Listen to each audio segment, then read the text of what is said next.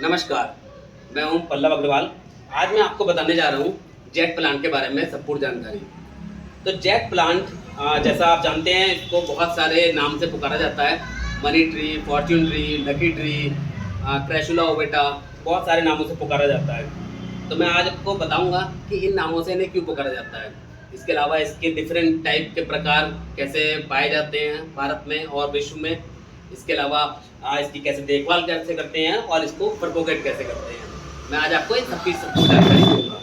तो सबसे पहले आते हैं कि इसको लकी ट्री या मनी ट्री और क्यों कहते हैं। तो यदि आप इनकी पत्तियों को देखें, थोड़ा सा पत्तियों को देखें, तो देखिए इनकी पत्तियाँ थोड़ी से दिल की शेप की हैं।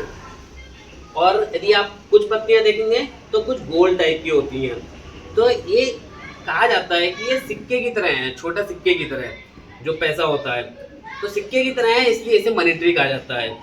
और इनकी शेप थोड़ी हार्ट की तरह है, इसलिए इसे फ्रेंडशिप ट्री भी कहा जाता है। और इसलिए हम लोग गिफ्ट में अपने दोस्तों को और अपने प्रियजन को ये गिफ्ट भी करते हैं जेट प्लांट। इसके अलावा फेंग शुई के अनुसार ये पौधा यदि आप दक्षिण पूर्व दिशा में रखते हैं तो बहुत ही सकारात्मक ऊर्जा देता है, इसलिए इसे फॉर्च्यून ट्री भी कहा जाता है, फॉर्च्यून प्लांट।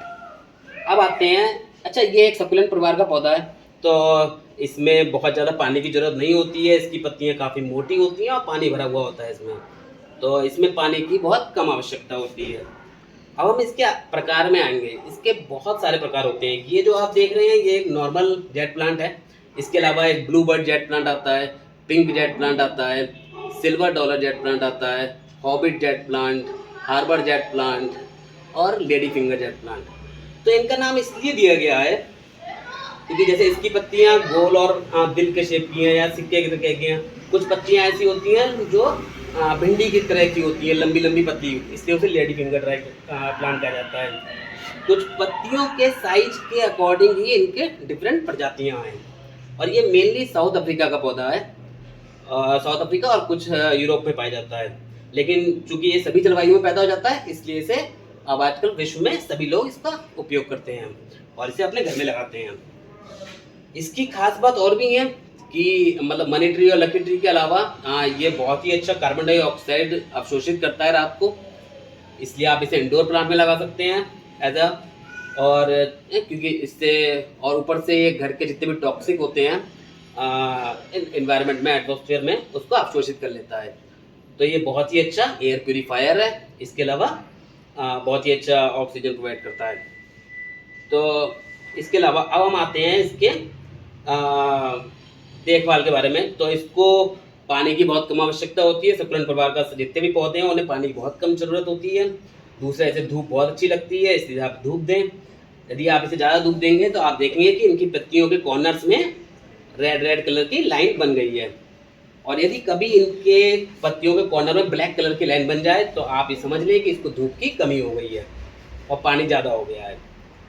अब हम लोग बात करते हैं इसके प्रोपोगेशन की, कैसे इसे प्रोपोगेट करते हैं। तो इसके प्रोपोगेट करने के दो तरीके हैं। आइदर आप इसकी स्टेम से भी कर सकते हैं और दूसरा इसकी लीफ से भी कर सकते हैं। तो पहले मैं आपको बताता हूँ इसकी स्टेम से इसको प्रोपोगेट कैसे करते हैं। तो ये देखिए आप, ये देखिए, ये है इसका स्टेम। अब मैं इसके स्टेम को यहाँ से कट करता हूँ। पहले आप इस थोड़ी सी सीजर को सैनिटाइज कर दें सो दैट फंगस का डर ना रहे। एंड देन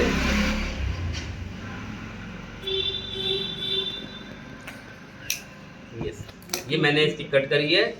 और इसके स्टेम बस कट करके आपको करना क्या है कि पहले तो 2-3 दिन इसे सुखाना है।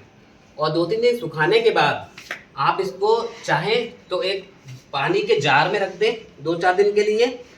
उसके बाद मतलब 10-12 दिन के लिए उसमें रूट्स आनी स्टार्ट हो जाएंगी। या आप इसको सीधे सॉइल में भी लगा सकते हैं। सॉइल की खास बात है ये कि 50% गार्डन सॉइल हो और 50% वर्मी कंपोस्ट आप डाल दें।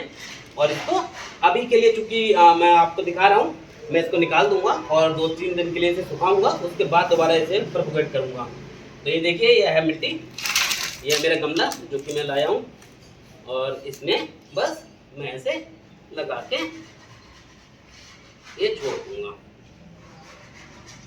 ठीक है, अब आप देखेंगे कि 10 से 12 दिन में, और उसको हल्का पानी दें, बहुत ज़्यादा पानी की जरूरत नहीं होती, जैसे मैं बता चुका हूँ। 10 से 12 दिन में इसमें रूट्स आने लगेंगे। ये ऐसा पौधा है जो बहुत ही ईजिली प्रोपोगेट हो जाता है, कोई इशू नहीं होगा। दूसरा, आप चाहें तो इसे पानी के जार में भी रख सकते हैं और वहाँ भी इसकी रूट्स आनी स्टार्ट हो जाएंगी। दूसरा तरीका है इसकी लीव्स से। आप यदि स्टेम नहीं है आपकी, तो आप इसकी ऐसी लीव्स ढूंढें जिसमें थोड़ी सी उसकी डंडी हो, लाइक जैसे ये देखिए, इसकी लीव्स में थोड़ी सी केवल मैं इसकी लीव्स काटूंगा बिल्कुल लास्ट से। ठीक है, यस। और ये देखिए ये मैंने इसकी थोड़ी सी लीव्स काटी है और इसकी थोड़ी सी नीचे से डंडी है, और मैं इसको भी ऐसे लगा सकता हूँ। वैसे मोस्टली क्या होता है, लीव्स वाली चीज़ें जो होती हैं उनको आप वाटर के जार में ही लगाएं तो ज़्यादा सही रहता है, क्योंकि उसकी नीचे का डंडी बहुत छोटी होती है। ठीक है, बस अब हम इसमें थोड़ा सा पानी डालेंगे और 10 से 12 दिन में देखेंगे आप, ये बहुत ही अच्छा हो जाएगा पौधा। तो मेरे हिसाब से आपको मेरी जानकारी बहुत अच्छी लगी होगी, और ये बहुत ही अच्छा प्लांट है, बहुत ही फॉर्च्यून लाता है, घर में सुख समृद्धि लाता है। इसे मनी ट्री फॉर्च्यून प्लांट इसलिए कहते हैं हर तरीके से, और इसलिए इसे आप अपने घर की दक्षिण पूर्व दिशा में लगाएं। दक्षिण पूर्व दिशा में लगाते हैं तो सकारात्मक ऊर्जा आती है, और यदि पूर्व दिशा में लगाते हैं तो घर में समृद्धि और सौभाग्य आता है। धन्यवाद।